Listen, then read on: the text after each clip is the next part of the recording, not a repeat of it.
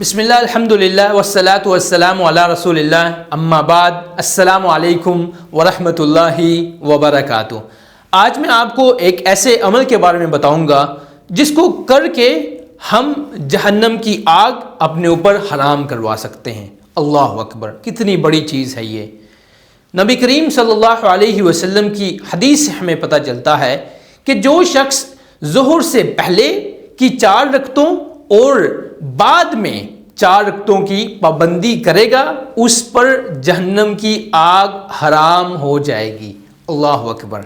آپ امیجن کریں، آپ ظہر کی نماز پڑھنے کے لیے گئے ہیں، 4 رکعت آپ پہلے پڑھتے ہیں، پھر جماعت کے ساتھ 4 پڑھتے ہیں اور اس کے بعد 4 رکعت دوبارہ پڑھتے ہیں۔ صرف یہ اتنا سا عمل، اس کو آپ ہمیشہ کرتے رہیں تو جہنم کی آگ آپ کے اوپر حرام ہو جائے گی۔ سبحان اللہ۔ ہمیں چاہیے کہ ہم ایک تو مسجد کے اندر جماعت سے پہلے جائیں تاکہ ہم ان اجروں کا فائدہ حاصل کر سکیں۔